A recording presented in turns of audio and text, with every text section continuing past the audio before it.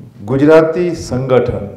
હવે સંગઠનની જ્યારે ચર્ચા કરીએ ને તો સૌથી પહેલાં બે શબ્દોને છૂટા પાડીએ કે સંગ અને ઠન.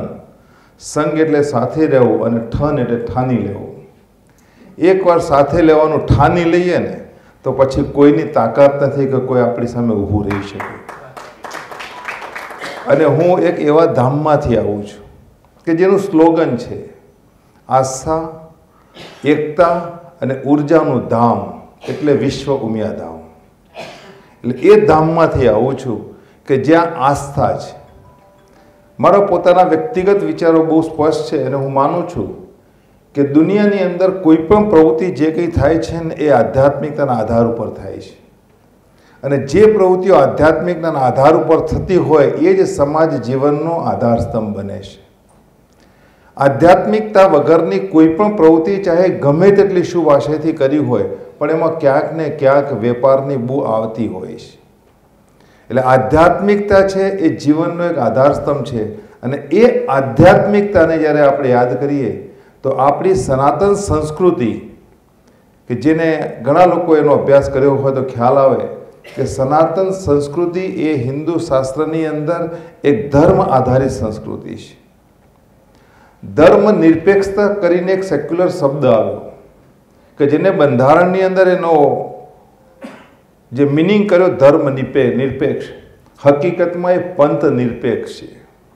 પરંતુ જે તે વખતની સરકારોએ એક મોટી ગેમ રમીને એને ધર્મ નિરપેક્ષ કરીને આખી વાતને બદલી નાખી છે ને. અને એને લઈને ક્યાંક ને ક્યાંક હિન્દુ હોવાનું ગૌરવ અનુભવવાને બદલે ક્યાંક ને ક્યાંક આપણે જે ધર્માંતરણની પ્રક્રિયામાં અટવાઈએ છીએ ને એનું મોટામાં મોટું કારણ એ બને છે. અને એટલા જ માટે એ આધ્યાત્મિકતાના આધાર ઉપર સનાતન ધર્મની સંસ્કૃતિને ઉજાગર કરવાના કોન્સેપ્ટ સાથે વિશ્વ ઉમિયા ધામનું નિર્માણ થઈ રહ્યું છે. અને વિશ્વ ઉમિયા ધામનું જે નિર્માણ થઈ રહ્યું છે એ નિર્માણ વિશ્વની અંદર વસતા તમામ ભારતીયો માટેનું નિર્માણ છે. સમગ્ર વિશ્વની અંદર આધ્યાત્મિકતાનું એક એવા કેન્દ્રનું નિર્માણ આપણે કરવા જઈ રહ્યા છીએ કે જે આધ્યાત્મિકતાના કેન્દ્ર ઉપર, જે આધ્યાત્મિકતાની ચેતના ઉપર રાષ્ટ્ર ચેતના ઉજાગર થઈ શકે. આધ્યાત્મિકતાને ઉજાગર કરવાના સંકલ્પ સાથે ઉમિયાનું વિશ્વનું ઊંચામાં ઊંચું આપણે મંદિર બનાવીએ છીએ. પણ પ્રશ્ન એટલો છે કે ઘણા લોકોને એમ થાય કે સાહેબ મંદિર આટલું ઊંચું કરીને તમે શું સિદ્ધ કરવા માગો છો, એનાથી શું મેળવવા માગો છો? મારું દરેક મિત્રોને ક્લેરિટી આપું કે મંદિરની ઊંચાઈ છે ને એ ઊંચાઈ મહત્વની નથી. મંદિરનું મહત્વ આધ્યાત્મિકતાનું છે. એક આસ્થાનું કેન્દ્ર એક એવું મેગ્નેટિક બનાવવું છે કે જે મેગ્નેટિક આસ્થાના કેન્દ્ર ઉપર સમગ્ર વિશ્વ ત્યાં આગળ ખેંચાઈને આવવું જોઈએ. અને જ્યારે આસ્થાથી કોઈ પણ વ્યક્તિ ખેંચાઈને આવે છે ને ત્યારે જ એમાં યુનિટી બને છે, એકતા બને છે. અને એટલા જ માટે આસ્થાથી એકતા તરફનું પ્રયાણ થાય છે. અને એ એકતા તરફ જ્યારે જઈએ ત્યારે આસ્થાના આધ્યાત્મિકતાના કેન્દ્ર ઉપર જ્યારે એકઠા થઈએ ત્યારે હંમેશા જે વિચારો આવે ને એ એકબીજાને મદદ કરવાના વિચારો આવે, એકબીજાના હેલ્પિંગના વિચારો આવે, એકબીજાનું સારું કરવાના વિચારો આવે, કંઈક સારું કર્યાનો સંતોષના વિચારો આવે. અને એટલા જ માટે આસ્થાથી એકતા ક્રિએટ થાય.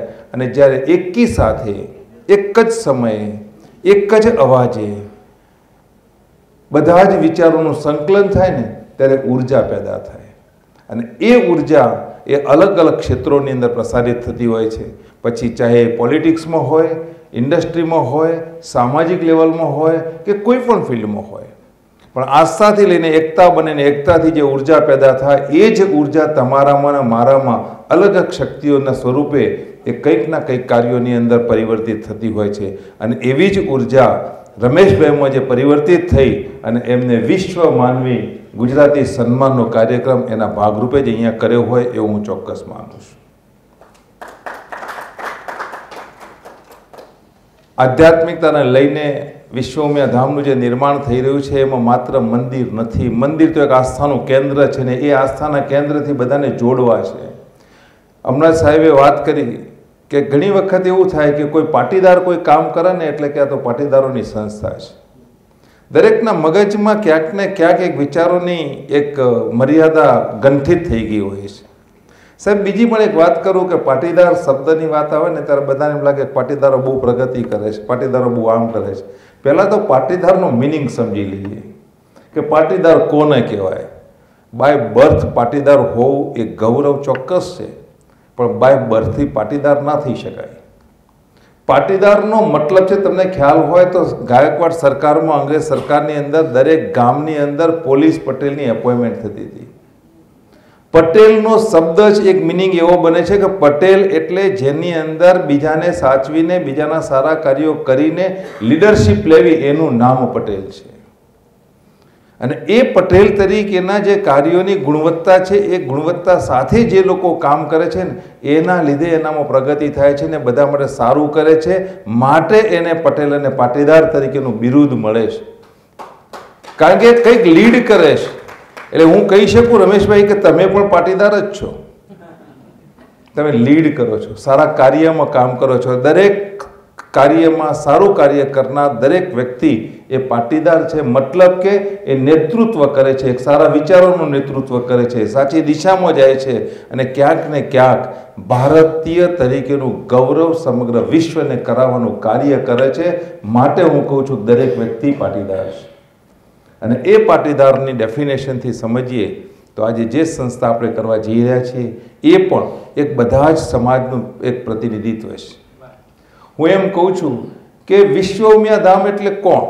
વિશ્વ ઉમિયા ધામ એક પ્લેટફોર્મ છે, એને હું સંસ્થા નથી કહેતો. કારણ પ્લેટફોર્મ એટલા માટે કે સમાજની કોઈ પણ વ્યક્તિને, કોઈ પણ સમાજની કોઈ પણ વ્યક્તિને સમાજ માટે કંઈક આપવાની ઈચ્છા છે. શું આપવાની ઈચ્છા છે? એની પાસે જે કંઈ છે તે. એની પાસે રૂપિયા છે તો એ રૂપિયા આપી શકે, એની પાસે સમય છે તો એ સમય આપી શકે, એની પાસે બુદ્ધિ છે, સ્કિલ છે, ક્ષમતા છે, કંઈક નવું કરવાની, એનામાં કંઈક ચેલેન્જ સ્વીકારવાની એક તાકાત છે તો એ વ્યક્તિ એ પણ આપી શકે. કોઈ વ્યક્તિ કંઈ જ ના કરે, સારી પ્રવૃત્તિઓને સમાજ વચ્ચે બિરદાવવાનું કાર્ય કરે તો પણ એક પ્રકારનું એ દાન છે. એટલે આ પ્રકારની વસ્તુને લઈને જે વ્યક્તિઓ આ સંસ્થામાં જોડાય એનું પ્લેટફોર્મ છે. એટલે પ્લેટફોર્મનો એક વ્યાપક શબ્દ અહીંયા છે કે દરેક વ્યક્તિનું પ્લેટફોર્મ છે, અને પ્લેટફોર્મ પર જે કંઈ કાર્ય કરીએ છીએ એમાં વિશ્વ ગુજરાતી સંગઠન જે કરે છે એવું જ કાર્ય આ સંસ્થાના પ્લેટફોર્મ પરથી પણ થઈ રહ્યું છે. આજે આપણે કહેતો હું ગૌરવ અનુભવું કે આજે ભારત સિવાય અમેરિકા, કેનેડા, આફ્રિકા, યુકે અને ઓસ્ટ્રેલિયા, આજે 5 કન્ટ્રીની અંદર વિશ્વ ઉમિયા ફાઉન્ડેશન કાર્યરત છે. અમેરિકાના લગભગ 50માંથી 30 સ્ટેટની અંદર અત્યારે સંસ્થા કામ કરી રહી છે. અહીંયા અમારા ભાઈ શ્રી દિનેશભાઈ પટેલ અહીંયા બેઠા છે. દિનેશભાઈ જરા એક સેકન્ડ ઊભા થો. આ વ્યક્તિત્વને પણ ઓળખવા જો વ્યક્તિત્વ છે એટલે આપનો પરિચય કરાવું છું કે અમેરિકાની અંદર દિનેશભાઈનો પોતાનો બહુ જ મોટો કારોબાર છે. લગભગ 1000થી વધારે એપાર્ટમેન્ટ્સ બનાવે છે. એમના ડંકી 40થી વધુ ડંકી ડોનેટ્સ છે. પુષ્કળ બીજી સ્કેડ્યુલમાં પણ સમાજના કામ માટે ડેઈલી 4 કલાક સ્પેર કરે છે. ડેઈલી. મતલબ કે સામાજિક કાર્યને લઈને પોતાનું ડેડિકેશન ક્લિયર કર્યું છે એવી વ્યક્તિઓ આ સંસ્થા સાથે જોડાઈ છે. અને એટલા જ માટે આ 5 કન્ટ્રીમાં કોઈ પણ ગુજરાતીનો દીકરો કે દીકરી ભણવા માટે જાય, બિઝનેસ માટે જાય અને એને એમ લાગે કે મારે કંઈક મદદની જરૂર છે, મારી દીકરી પહેલી વખત ભારત બહાર ભણવા જઈ રહી છે, ત્યારે એવા પરિવારને સંકોચ થાય કે મારી દીકરી ક્યાં જશે, એ ક્યાં ઉતરશે, એ ક્યાં રહેશે. એક માનસિક ડર દરેક મા બાપને હોય છે.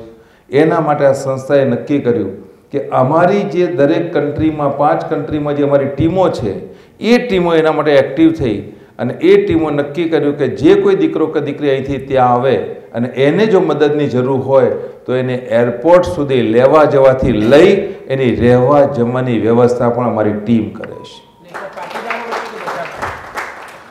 સાહેબ, વિશ્વ ઉમિયા ધામ એક જ શબ્દમાં મેં કહી દીધું, આસ્થા, એકતા અને ઉર્જાનું ધામ છે. અને એમાં જે કોઈ વ્યક્તિ સમાજને આપવા માંગે એ બધાનું પ્લેટફોર્મ છે. એટલે એમાં પાટીદાર એ દરેક પાટીદાર જ છે હું માનું છું. મેં રમેશભાઈને પાટીદાર કહી દીધા એનો મતલબ કે તમે બધા પાટીદાર જ છો. મતલબ કે સર્વ સમાજ, ઓલ ગુજરાતી. અને એનાથી સાહેબ પણ એક સ્ટેપ વધીને હમણાં એક ડિસિઝન અમે એવું લીધું કે નોટ ગુજરાતી, કોઈ પણ ભારતીય વિદેશમાં જ્યારે આવે અને એને જો મદદની જરૂર છે તો આપણે મદદ કરવી આપણી ફરજનો ભાગ બને છે. અને એ ભાવનાથી આજે 5 કન્ટ્રીમાં વ્યવસ્થા ગોઠવી છે. અમેરિકાની આ વ્યવસ્થાની સંપૂર્ણ જવાબદારી અમારા દિનેશભાઈ સંભાળે છે. સાહેબ, અમે એટલા સુધી કામગીરી કરી છે કે જે મોટી મોટી યુનિવર્સિટીઓ છે ત્યાં આગળ સંસ્થાના બ્રાન્ડ એમ્બેસેડર અમે એપોઇન્ટ કર્યા છે. એ મોટી યુનિવર્સિટીમાં કોઈ દીકરો કે દીકરી ભણવા માટે જાય ત્યારે કોલેજની અંદર કે યુનિવર્સિટીમાં પણ એને હેલ્પફુલ થવા માટે એ બ્રાન્ડ એમ્બેસેડરની ફરજ બને છે. એ પ્રકારની વ્યવસ્થા સાથે આખી એક વાતને ગોઠવી છે. વાત રહી જ્યારે ગુજરાતી તરીકેની, ત્યારે ગુજરાતીઓએ સમગ્ર વિશ્વમાં શું કામ કર્યું છે ને, એ તો કદાચ આપણે એના માટે સરદાર વલ્લભભાઈ પટેલને યાદ કરવા પડે અને નરેન્દ્રભાઈ મોદીને યાદ કરવા પડે. ભારતની આઝાદી, મેં એક કિસ્સો વાંચ્યો હતો, એક સાંભળ્યો હતો કે બોમ્બેની અંદર એક મોલની અંદર એક ગુજરાતી છોકરી એની મધર સાથે મોલમાં ફરી રહી હતી. એ ટાઈમમાં કોઈક બીજા સ્ટેટની કોઈક દીકરી એને પગ અથડાયો અને એનું કંઈક સહેજ નીચે પડી ગઈ. તો એણે ઊભી થઈને એને એમ કીધું, એ ગુજ્જુ, જો દેખા, don't see this matter, get out from here. એને ગુજ્જુ કહીને એનું ઇન્સલ્ટ કર્યું. ત્યારે એની મધરે કહ્યું, ચાલ બેટા, આની સાથે મગજમારી નથી કરવી. ત્યારે પેલી દીકરીને થયું કે 1 મિનિટ મને જરા વાત કરવા દે. પછી એને કહ્યું, તું ગુજ્જુ એટલે જાણે છે કોણ છે? આ જ ગુજ્જુ છે કે જેને કારણે આઝાદી મળી છે ને, અને આટલી છૂટથી તું ફરી રહી છે. એ ગુજ્જુ મહાત્મા ગાંધીજી ને સરદાર પટેલ હતા. તું એના થકી જ છે કે જેના કારણે આટલી આઝાદી સાથે આવા મોલની અંદર તું ફરી રહીશ. આ એ જ ગુજ્જુ છે કે જેને હિન્દુ સંસ્કૃતિની અંદર આગવું પ્રદાન કર્યું છે. આ એ જ ઢોકળા અને ખમણ ખાઈને ખાતી પ્રજા, આ એ જ ગુજ્જુ છે કે જેને સમગ્ર વિશ્વની અંદર પોતાનું આગવું એક ગરિમા ઊભી કરી છે. એટલે આવી ગરિમા આપણે ક્રિએટ કરવામાં ગુજરાતી સમાજે જે કંઈ યોગદાન આપ્યું છે ને, એને ક્યારેય આપણે ઓછું આંકલન ન કરી શકીએ. અને એ જ સરદાર વલ્લભભાઈ પટેલને એક ઉજાગર કરવાના કોન્સેપ્ટ સાથે 31મી ઓક્ટોબરે તમને કદાચ ખ્યાલ હશે કે સરદાર વલ્લભભાઈ પટેલની ગૌરવ ગાથા અને રજવાડાઓનું મોટું સન્માન કર્યું હતું. એવા કાર્યક્રમો પણ આ સંસ્થાના પ્લેટફોર્મથી આપણે કરીએ છીએ કે સામાજિક સંસ્થાઓ બહુ જ સારું કામ કરે છે. દરેક સંસ્થાઓ માટે મને માન અને આદર છે. પરંતુ સાહેબ, અત્યારનો એક તાતી જરૂરિયાતનો પ્રશ્ન હું જો આપને કહું કે જાણે અજાણે આજની યુવા પેઢી વિરોધી તત્વો અને દેશની સામે કાર્ય કરતા તત્વો સામે પ્રતિકાર કરવાની શક્તિ ગુમાવી રહી છે. જાણે અજાણે જેહાદીઓ હોય, જાણે અજાણે દેશ વિરોધી તાકાતો હોય, એની સામે જે તાકાતથી પ્રતિકાર કરવો જોઈએ ને, એ પ્રતિકાર કરવાની શક્તિ આજની યુવા પેઢી ગુમાવી રહી છે. તમારી મારી ફરજ સૌથી પહેલાં એ બને છે કે આ યુવા પેઢીમાં રાષ્ટ્ર ચેતનાને ઉજાગર કરી એ પ્રતિકાર કરવાની શક્તિ વધારવી પડશે. મારી પ્રતિકાર કરવાની શક્તિ જ નથી, મારો વિચાર જ નથી, હું હારી ગયો છું. ભારતીય સંસ્કૃતિને જો નાબૂદ કરવી હોય ને, તો એના માટે સૌ પહેલાં આપણે કહેવાય છે કે કોઈ પણ દેશની કોઈ પણ વ્યક્તિને પરાજિત કરવો હોય તો એની સંસ્કૃતિને તમે તોડી નાખો. આજે આપણી સંસ્કૃતિને લઈને જે પ્રકારની માનસિકતા એને પ્રતિકાર કરવાની ગુમાવી ચૂક્યા છે ને, એ દરેક યુવા પેઢીમાં ઉજાગર કરવી એ આપણા સૌની ફરજ છે. વિશ્વ ઉમિયા ધામના પ્લેટફોર્મ પર અમે સતત આ પ્રયત્ન કરીએ છીએ કે દરેક વ્યક્તિમાં જ્યાં પણ અન્યાય દેખાય, જ્યાં પણ દેશ વિરોધી કાર્ય થતું હોય, સાહેબે જે હમણાં વાત કરી કે ઓટીપી અને જે પ્રકારની બીભત્સ ફિલ્મોનું જે નિર્માણ થઈ રહ્યું છે, તમને ને મને એમ લાગે એનો પ્રતિકાર કરવાની એક શક્તિ યુવાનોમાં પેદા થાય ને, એ ખૂબ જરૂરી છે. માની લઈએ કે આવા પ્લેટફોર્મ છે, પણ એક પ્રકારની ચેતના જો ઊભી કરીએ અને એ યુવા પેઢીને કહીએ કે આવા પ્લેટફોર્મનો સદંતર બહિષ્કાર કરીએ, આવી એક ભાવના, આવી એક ચેતના પેદા થાય. આજે મને કહેતો ગૌરવ થાય છે કે સમાજમાં એવા ઘણા સંપ્રદાયો છે, ખૂબ સરસ કામ કરે છે. આજે સ્વામિનારાયણ સંપ્રદાયની વાત કરું તો સ્વામિનારાયણ સંપ્રદાય, હરે કૃષ્ણ સંપ્રદાય, આ બધા સંપ્રદાયના યુવાનો છે. એમાં એ યુવાનો ક્યારેય ઓટીપી પર નથી જતા, એ યુવાનો ક્યારેય બીભત્સ પિક્ચરો નથી જોતા. આવી એક વિચારધારાને પણ જો યુવાનોમાં આપણે ક્રિએટ કરી શકીએ તો મોટામાં મોટું કામ આપણે કર્યું ચોક્કસથી ગણાય. અને એ વાતને લઈને હવે સંસ્થાઓએ પણ એના ઉપર ખૂબ વિશેષ ભાર મૂકવો જોઈએ એવું મારું વ્યક્તિગત એવું માનવું છે. ખૂબ ખૂબ આભાર સાથે આપે મને બોલવાની તક આપી. અને એવી તક રમેશભાઈ, વિશ્વ ઉમિયા ધામ હંમેશા આપની સાથે છે. જ્યારે પણ એમ લાગે કે તમને અમારી જરૂર છે, અમને તો જો કે હર હંમેશ દરેકની જરૂર છે, પણ તમને એમ લાગે કે અમારી જરૂર છે તો એટલું યાદ રાખજો કે આ પ્લેટફોર્મ અમારું નથી, આપણા બધાનું છે. એટલે આપણા પ્લેટફોર્મ પર ગમે ત્યારે આવીને કોઈ વાત કરશો તો ચોક્કસ અમને ગમશે.